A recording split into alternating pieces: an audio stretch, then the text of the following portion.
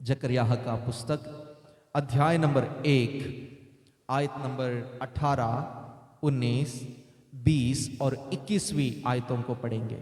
फिर मैंने जो आंखें उठाई तो क्या देखा कि 4 सिंह हैं। तब जो दूत मुझसे बातें करता था उससे मैंने पूछा, ये क्या है?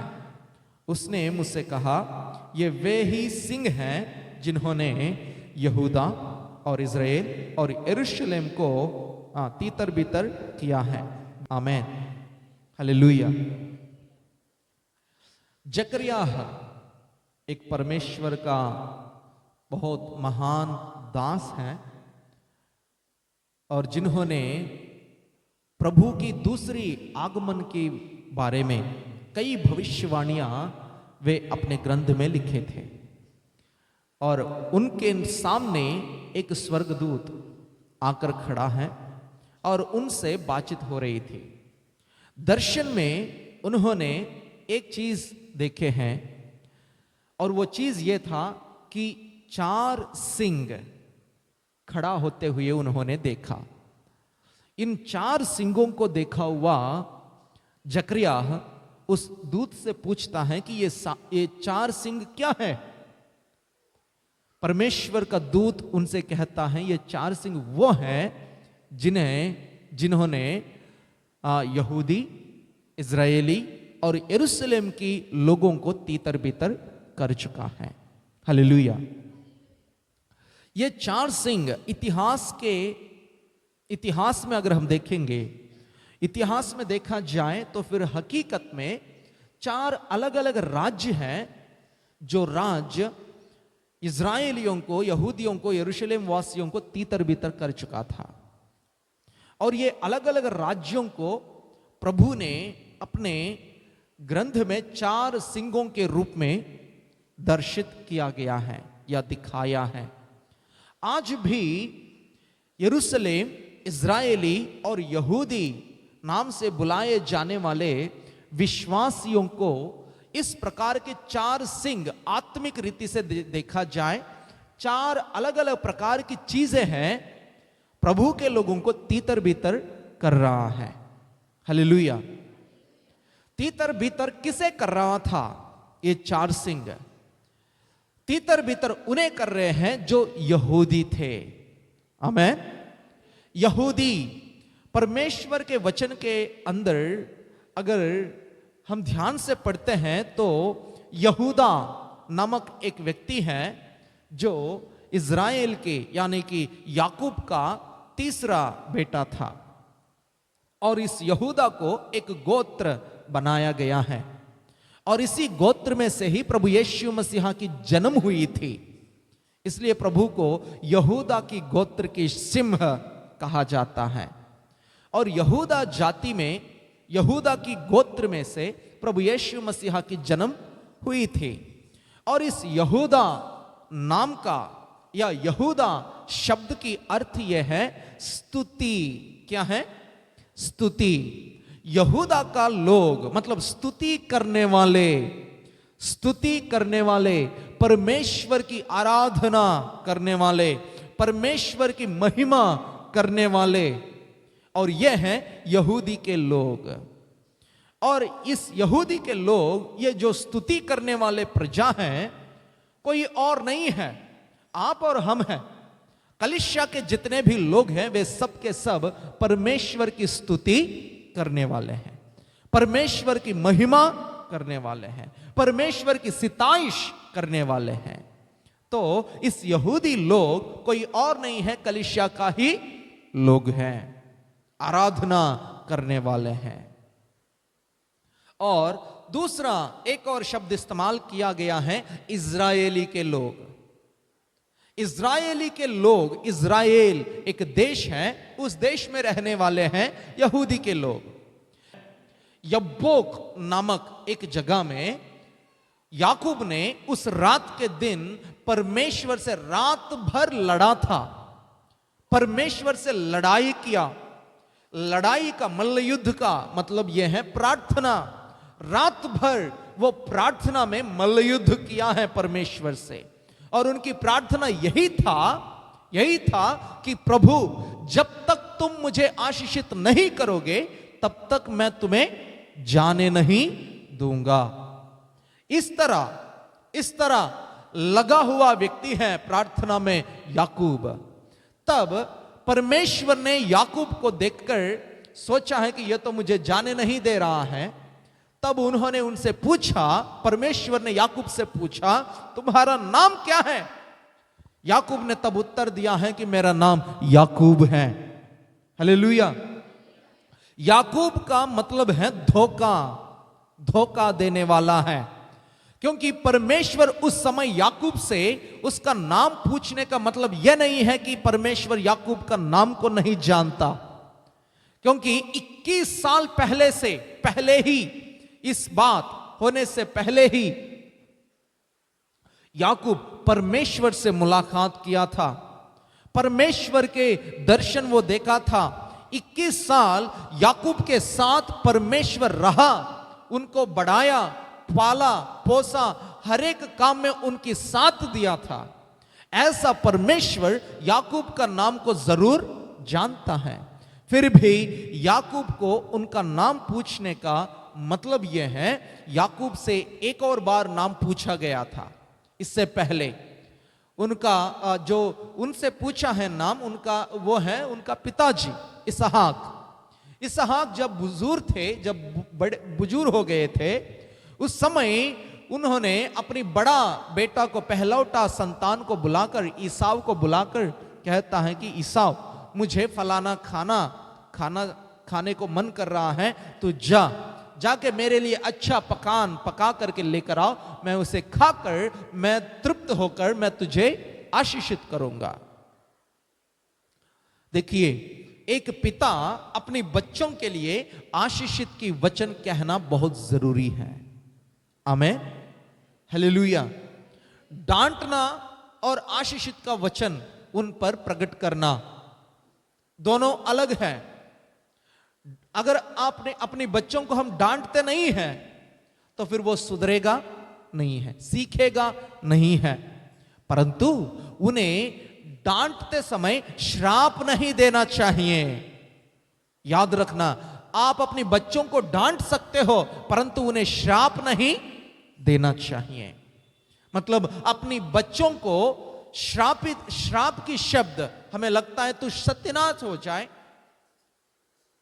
अरे सत्यानाश होगा, इस प्रकार के शब्द जो हैं हमारी मुंह से हमें नहीं कहना चाहिए, क्योंकि प्रभु का वचन हमें समझाता है कि मृत्यु और जीवन दोनों हमारे मुंह में छुपा हुआ है।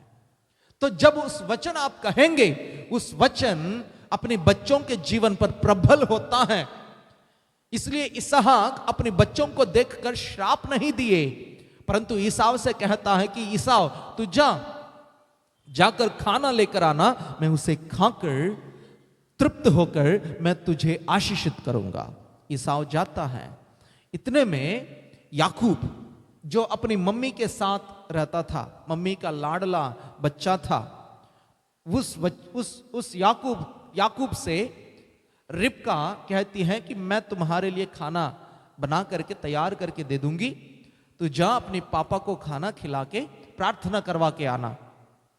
तो याकूब अच्छा से मम्मी ने जो बनाई है उसे लेकर जाकर अपने पिताजी को देता है, और देने के बाद वो खाता है, और उसे याकूब से पूछता है कि तुम्हारा नाम क्या है। वैसे तो याकूब के शरीर पर रों नहीं होते, ईसाव के शरीर पर रों होता था। इस कारण पिताजी उन्हें छूकर देखना चाहता था कि क्या ये ईसाव है या कोई और है, क्योंकि इसहाक का आंख तब तक धुंधला पड़ गए हैं, वो बुजुर्ग होने के कारण वो देख नहीं पा रहे थे। तब इसहाक ईसाव को छूकर पहचानना चाह रहा था। इतने में याकूब ने रों की एक प्रकार की चमड़ा पहनकर इसहाक के पास जाता है, और इसहाक छूकर देखता है, ये तो लगता है ईसाव है, परंतु आवाज से तो याकूब लग रहा है। छूने में, छूकर देखने में ईसाव, परंतु इसका स्वर देखने पर यह तो याकूब लग रहा है। तब इसहाक उनसे पूछता है, तुम्हारा नाम क्या है बेटा? तब याकूब कहता है, मेरा नाम ईसाव है, मेरा नाम ईसाव। पिताजी की वहां पर पिता पूछने पर याकूब ने झूठ बोलकर वहां से आशीषों को चोरी किया था। जो पहलौठा संतान पर कहना चाहिए उस आशीष का शब्द याकूब की जीवन पर कहा गया था। और ऐसी स्थिति में से याकूब अब परमेश्वर से मल्लयुद्ध यानी कि प्रार्थना में युद्ध जैसे प्रार्थना करने की स्थिति में पहुंच गया है। तब प्रभु उनसे पूछता है, तुम्हारा नाम क्या है? एक बार इस दुनिया की पिता उनसे पूछने पर झूठ कह दिया है, लेकिन अब परम पिता पूछ रहा है। अगर अभी भी वो झूठ कहेंगे तो उनका नाम हमेशा के लिए धोखा ही रह जाता है और वो धोखा देने वाला ही रह सकता है। परंतु उस समय याकूब ने सच कह दिया है परमपिता के सामने, मेरा नाम याकूब है, मेरा नाम धोखा देने वाला है। तब प्रभु उनसे कहता है, आज से तुम्हारा नाम याकूब नहीं रहेगा, परंतु तुम्हारा नाम इज़राइल कहा जाएगा। Hallelujah, hallelujah. इसका मतलब यह है मल्लयुद्ध करने वाला, परमेश्वर से भी लड़ने वाला, प्रार्थना की योद्धा इज़राइल है। आमेन। यहूदा का अर्थ यह है स्तुति करने वाला, आराधना करने वाले। इज़राइल का अर्थ यह है प्रार्थना में लड़ने वाले, प्रार्थना की योद्धा। प्रार्थना करने वाले क्यों ना हो, स्तुति करने वाले भी क्यों ना हो। और यहां पर एक और शब्द इस्तेमाल किया गया है, यरूशलेम वासी, यरूशलेम में रहने वाले भी हैं। यरूशलेम की मतलब है यरूशलेम मतलब समाधान यानी कि शांति, शांति या विश्राम। हालेलुया। यरूशलेम का मतलब है विश्राम। प्रभु यीशु मसीहा ने कहा था, हे दबे हुए लोगों, परिश्रम करने वालों, मेरे पास आओ, मैं तुम्हें विश्राम दूंगा। तो विश्राम को प्राप्त किए हुए लोग हैं प्रभु के लोग। यहां पर यरूशलेम वासियों का मतलब है जिसने परमेश्वर के पास या प्रभु यीशु मसीहा के पास आए हुए लोग हैं, जिन्होंने प्रभु यीशु मसीहा को ग्रहण किए हैं, वो लोग हैं यरूशलेम के रहने वाले। अब देखते हैं यहूदी लोग प्रभु की आराधना करने वाले, इज़राइल के लोग प्रार्थना करने वाले, और यरूशलेम वासी जो प्रभु यीशु मसीहा को अंगीकार कर चुके हुए लोग हैं। ये सबके सब कहां मिलते हैं? प्रार्थना करने वाले आपको कहां मिलेंगे? आराधना करने वाले कहां मिलेंगे? प्रभु को ग्रहण किए हुए लोग कहां मिलेंगे? आपको कहां मिलेंगे? ये सब कलीसिया में। Hallelujah, hallelujah. कलीसिया में इस प्रकार के लोगों से मुलाकात आपकी हो जाएगी। प्रार्थना करने वाले आपको दिखेंगे, आराधना करने वाले आपको दिखेंगे, और प्रभु यीशु मसीहा को ग्रहण किए हुए लोग कलीसिया में आपसे मुलाकात करेंगे। लेकिन समस्या यह है, और इन सभी लोगों को 4 सिंह खड़े होकर के इन्हें तीतर बीतर कर चुका है। हालेलुया।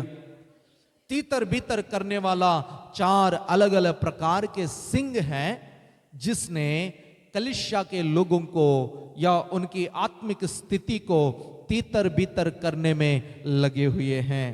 आज हम उन 4 सिंगों के बारे में जानेंगे जो हमारी आत्मिक जीवन को तीतर बीतर कर रहे हैं, ताकि उन सिंगों को जानकर उनसे हम लड़कर हमारी आत्मिक यात्रा को हम भरपूरी से परमेश्वर की इच्छा के अनुसार चलने वाले बनते हुए आत्मिक यात्रा को पूरा करना। देखते हैं इन 4 सिंह क्या क्या है। इन 4 सिंगों में एक खतरनाक बड़ी सिंह है जो हर किसी को, ना अमीर देखता, ना गरीब देखता, ना स्त्री देखता, ना पुरुष देखता है। हर एक प्रकार के लोगों को तीतर बीतर करने वाला सिंह है, उसका नाम है धन। धन, धन नामक एक सिंह है जो हर किसी को तीतर बीतर कर रहा है। धन ही हर एक दुष्टता का बुनियाद है। देखिए पहली तिमोथियुस का पुस्तक, फटाफट खोलेंगे, पहली तिमोथियुस का पुस्तक अध्याय नंबर 6 आयत नंबर 9 और 10 को हम पढ़ते हैं। जो धनी होना चाहते हैं वे ऐसी परीक्षा और फंदे और बहुत सी व्यर्थ और हानिकारक लालसाओं में फंसते हैं जो मनुष्यों को बिगाड़ देती हैं और विनाश के समुद्र में डुबा देती हैं। क्योंकि रुपये यानी कि धन का लोभ सब प्रकार की बुराइयों की जड़ है। आमीन। धन का लोभ मतलब धन की लालसा, रुपयों के पीछे भागने की परिस्थिति हर प्रकार की बुराई की जड़ है। तो धन के पीछे भागने वाला मन विश्वासियों के अंदर नहीं होना चाहिए। इसलिए प्रभु भी हमें चेतावनी देता है, कोई भी एक व्यक्ति दो मालिकों की दास नहीं बन सकते। तब प्रभु दो मालिकों की जिक्र करते हुए ये कहता है, या तो तुम परमेश्वर की सेवा करो या तो तुम धन का सेवा करो। या तुम परमेश्वर की दास बनो या तुम धन रुपयों की दास बनो। आप परमेश्वर और धन दोनों को एक साथ ला करके आप उन चीजों की दास नहीं बन सकते। जो रुपयों के पीछे भागता है वो परमेश्वर से दूर जरूर होता है। हालेलुया। रुपयों पर प्यार हमारे अंदर नहीं होना चाहिए। रुपये एक ना एक दिन तुम्हें धोखा दे सकता है। धन पर जो यकीनता है उस विचार या उस यकीनता एक ना एक समय पर टूट सकता है। चाहे तुम्हारे पास कितना भी धन क्यों ना हो, अगर बैठ के खाने लगेंगे एक ना एक समय पर पहाड़ भी गल जाएगा। परंतु परमेश्वर पर विश्वास करने वाला दिन प्रतिदिन पीढ़ी और पीढ़ियों तक वो प्रफुल्लित जरूर हो जाएंगे। आमीन। इसलिए धन के पीछे हमारी मन नहीं लगना चाहिए। हां, धन जरूरी है परंतु धन की लालसा हमारे जीवन में नहीं आना चाहिए। आमीन। हालेलुया। अननिया और सपीरा नामक एक परिवार है। प्रेरितों का पुस्तक अध्याय नंबर 5 में इस परिवार को हम देखते हैं। प्रेरितों के सामने हर कोई अपने अपने सारी संपत्ति को बेचकर पूरी धन लाकर सेवकाई में लगाने के लिए परमेश्वर के दासों के हाथों में सौंप रहे थे।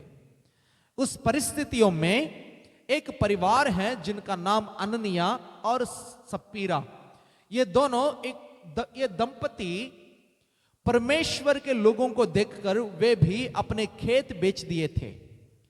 खेत बेचकर जो धन आया है उसमें आधा अपने लिए रखे और आधा लेकर जाकर परमेश्वर के दास के हाथ में सौंप दिए हैं।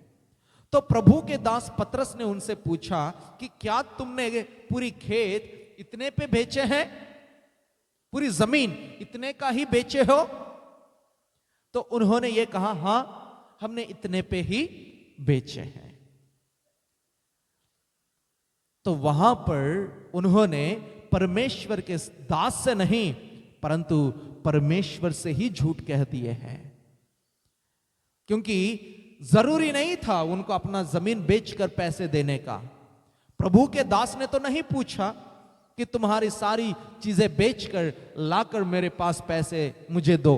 इस प्रकार ने तो परमेश्वर का दास ने नहीं कहा, परंतु सब कर रहे थे, ये भी कर लिया। मर्जी आपका ही है, मर्जी हमारा ही है। प्रभु की सेवकाई में हमें कितना तक देना चाहिए, कितना तक हम अपनी समय दे सकते हैं, कितना हम अपनी धन दे सकते हैं, कितना सेवा हम प्रभु के लिए कर सकते हैं, मर्जी अपनी अपनी है। कोई दबाव प्रभु के जीवन, प्रभु के आत्मिक जीवन में किसी के ऊपर दबाव नहीं होती है। क्योंकि प्रभु ने हमें दबाव की गुलाम से या गुलामी की परिस्थितियों से आजाद कर दिया है। आजादी को पाए हुए लोग फिर दोबारा किसी प्रकार के दबाव के अंदर आने की कोई जरूरत नहीं है। तो हमारी मर्जी है कि कितना हम परमेश्वर के सेवा में हम अपने आप को दे सकते हैं। तो यहां पर ऐसी फैसला या ऐसी समय या ऐसी मौका होने पर भी अननिया सपीरा ने प्रभु के दासों के सामने आकर के वो कहने लगे हैं कि हमने इतने पे ही बेचे हैं, सब कुछ ला करके हम आपको दे रहे हैं।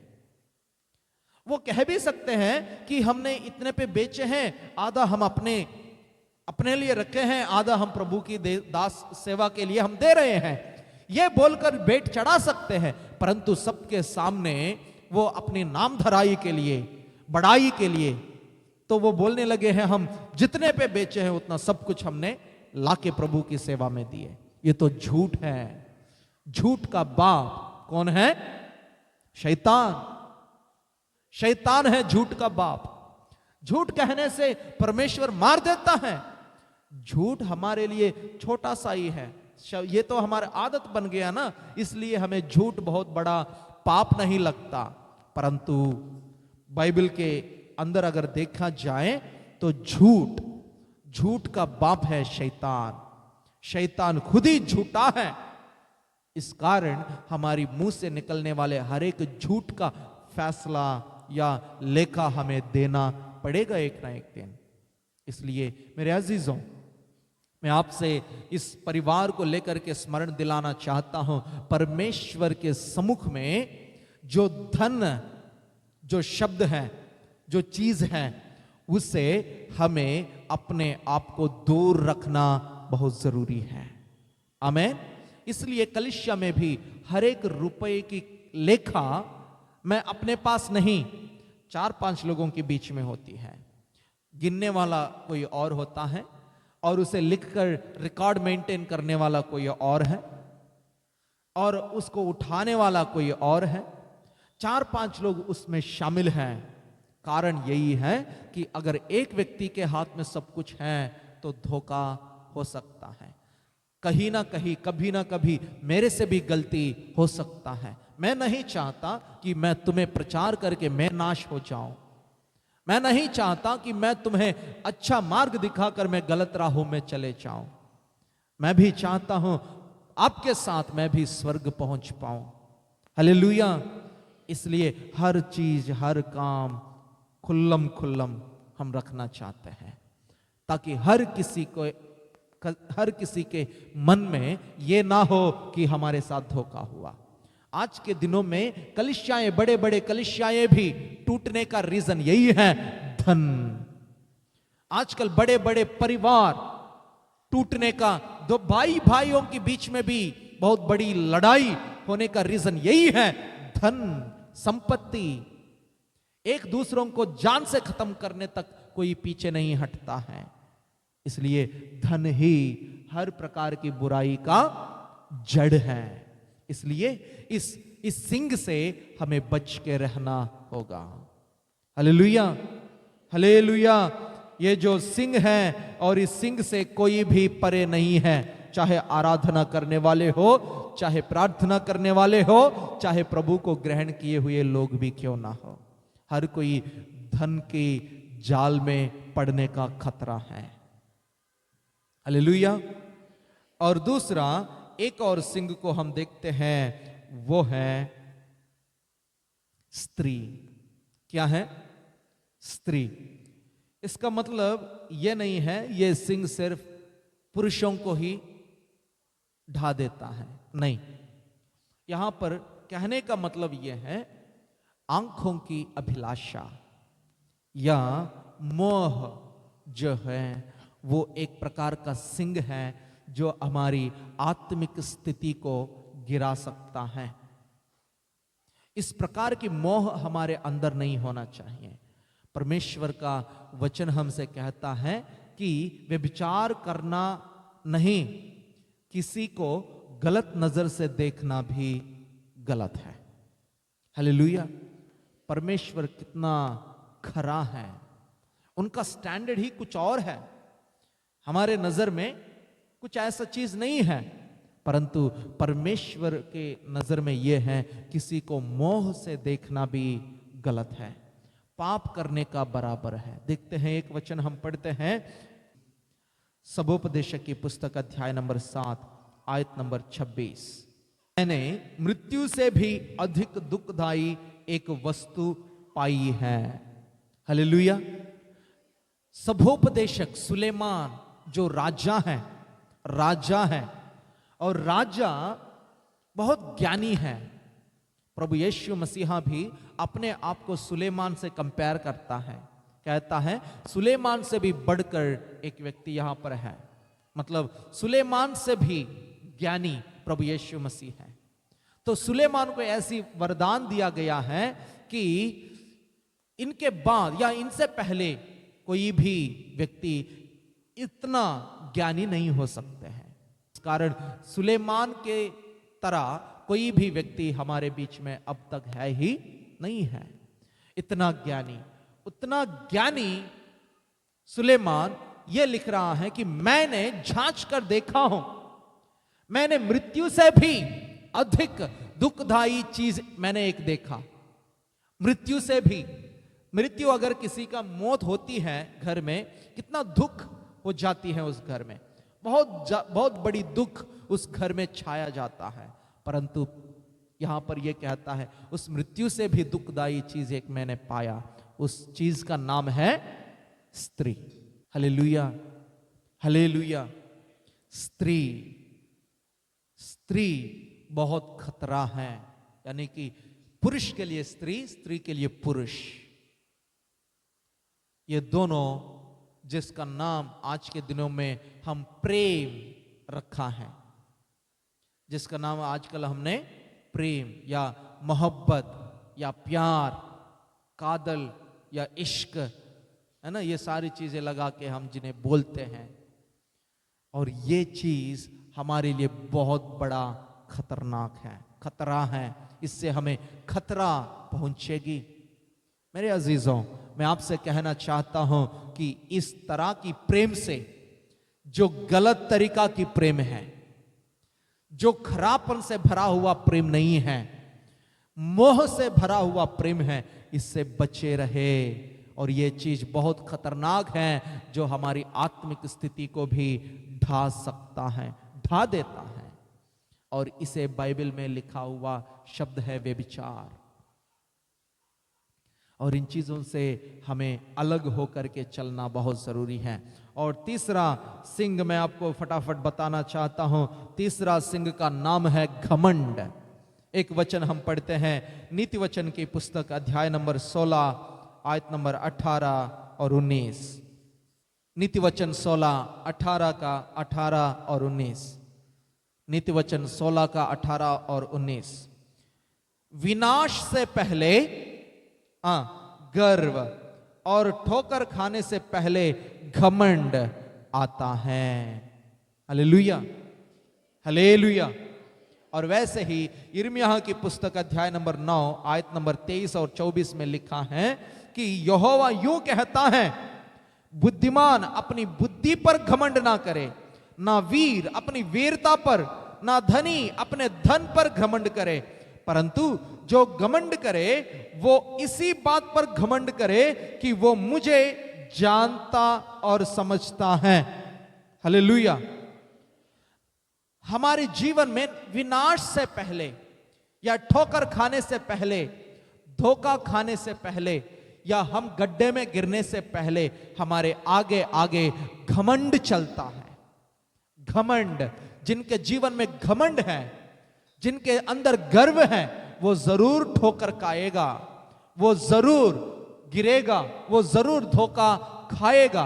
परंतु परमेश्वर का वचन कहता है चाहे बुद्धिमानी हो फिर भी वो अपनी बुद्धि को लेकर के घमंड ना करे, चाहे धनी हो वे अपने धन को लेकर घमंड ना करे, चाहे कोई भी व्यक्ति हो अपने अपनी चीजों को लेकर घमंड ना करे, परंतु घमंड इस पर आपको करना चाहिए कि तुम मुझे जानते हो। Hallelujah, hallelujah. घमंड हमें इस पर करना चाहिए कि हम यीशु को जानते हैं। आमीन। कोई भी आपके पास आकर के कह सकते हैं, भाई यार तुम तो मेहनत करते हो, अब तक तुमने घर नहीं बनाए, यार तुम तो मेहनत करते हो, अब तक तुमने गाड़ी नहीं ली, बाइक नहीं खरीदा, वो नहीं पाया, ये नहीं है, वो नहीं है तुम्हारे घर में। पर उनसे आप कह सकते हो, भैया भले आपके पास घर होगा, अच्छा खासा घर, भले आपके पास गाड़ी होगी, भले आपके पास घोड़ा होगा, भले आपके पास बैंक बैलेंस होगी, परंतु तुम्हारे पास यीशु नहीं है जो मेरे पास है। Hallelujah, hallelujah. तुम्हारे पास उस विश्राम नहीं है जिनके जो विश्राम मेरे अंदर है। तुम्हारे पास वो शांति नहीं है जो शांति मेरे जीवन में मैंने पाया हूं, और वो चीज मुझे यीशु के द्वारा मिली है, मैं उस पर घमंड हूं।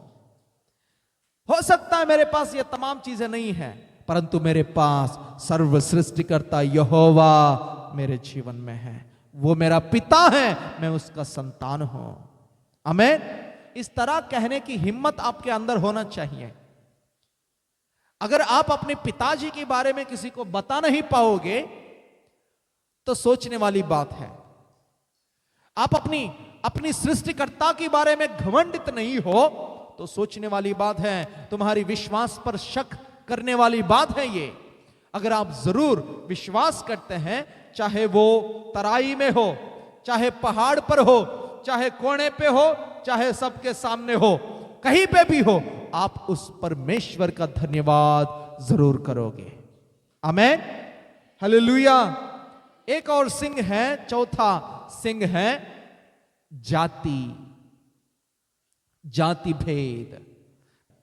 मतलब आज के दिनों में धर्म यानी कि धर्म के नाम से, जाति के नाम से बहुत कुछ बिगड़ रहा है परिस्थितियां।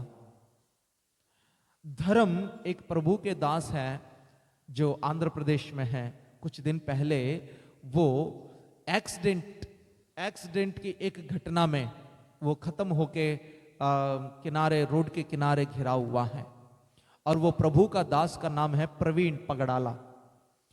और उनकी मृत्यु में कई अलग अलग प्रकार की शक हैं, और आज के दिनों में उस एक्सीडेंट को ये भी कह रहे हैं कि ये हत्या है।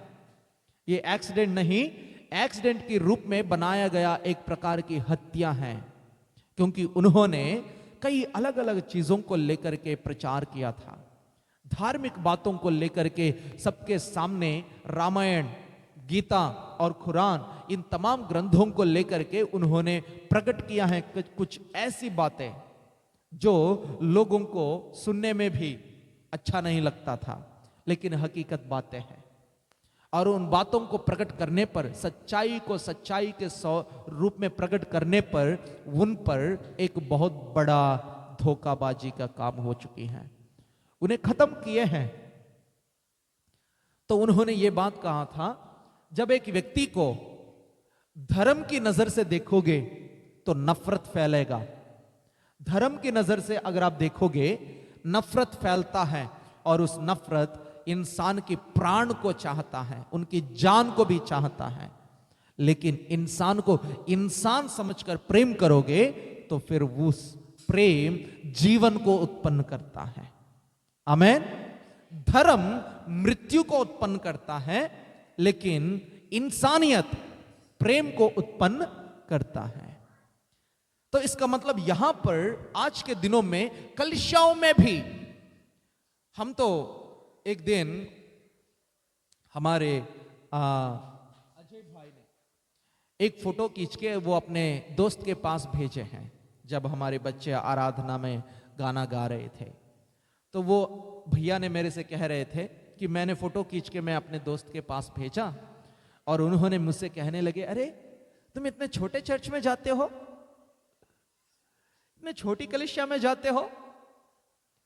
तो इसका मतलब मेरे को लगा है कि कलीसियाओं के बीच में भी, विश्वासियों के बीच में, विश्वासियों के बीच में भी कलीसियाओं को लेकर के, छोटा कलीसिया, बड़ों लोगों की कलीसिया, छोटों की कलीसिया, बड़ों की कलीसिया, धनवानियों की कलीसिया, गरीबों की कलीसिया, फलानी जाति की कलीसिया और ये फलानी जाति की कलीसिया।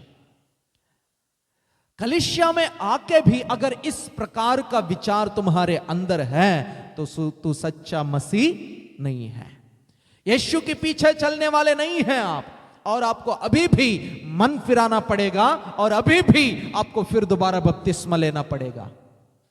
ऐसी विचार बिल्कुल ना आए कि मैं फलानी जाति का हूं, ये फलाना जाति का है, और मैं बड़ा जाति का हूं, ये फलाना नीच जाति का है। नहीं, हम सब एक माता और पिता के संतान हैं जिनका नाम आदम और हव्वा है। हम सब ने पाप कर चुके हैं, हम सब ने पाप में गिर चुके हैं, लेकिन हमारी रहन से इन अलग होने के कारण अब हम अलग हो गए हैं धर्म के नाम से और जाति के नाम से। तो इन तमाम बातों को छोड़कर फिर दोबारा आदम की वाटिका में किसी प्रकार का जाति भेद नहीं था। आदम की वाटिका में किसी प्रकार की धन की भेद नहीं थी। आदम की वाटिका में किसी भी प्रकार का भेदभाव नहीं था। इसलिए वहां पर कुशलता, शांति और परमेश्वर की उपस्थिति भरपूरी से होता था। परंतु जब पाप इंसान में प्रवेश कर चुका है, तब से जाति भेद, नफरत फैलने लगा है। मेरे अजीजों, मैं आपसे कहना चाहता हूं, ये 4 सिंह हैं प्रभु के लोगों को जो आराधना करते हैं, जो परमेश्वर से प्रार्थना करते हैं, जो परमेश्वर पर विश्वास करते हैं, उन्हें तीतर बीतर कर रहा है, तीतर बीतर कर रहा है। पहला सिंह का नाम है धन, दूसरा सिंह का नाम है स्त्री या मोह, तीसरा सिंह का नाम घमंड, चौथा सिंह का नाम है जाति भेद। इन तमाम चीजों को अपने हृदय में से उखाड़ दो, निकाल दो, फेंक दो। इंसान को इंसान समझकर प्रेम करना शुरू करो। और ये 4 अलग अलग प्रकार के सिंह हैं। इन तमाम चीजों को उन्होंने देखकर जान लिया है कि ये चीजें लोगों को तीतर बीतर कर रहा है।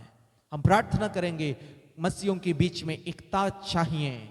जाति भेद से अलग होने वाली कलीसिया, धन के कारण टूटने वाली कलीसिया, घमंड के कारण टूटने वाली कलीसियाएं और स्त्री की मोह के द्वारा टूटे वाले कलीसियाओं को लिए प्रार्थना करेंगे, ताकि प्रभु इन 4 सिंगों को, लिखा है अगर नीचे भी अगर हम देखते हैं तो वहां पर इन 4 सिंगों से बचाने के लिए प्रभु ने 4 लोहारों को भेजता है, 4 लोहारों को भेजा है।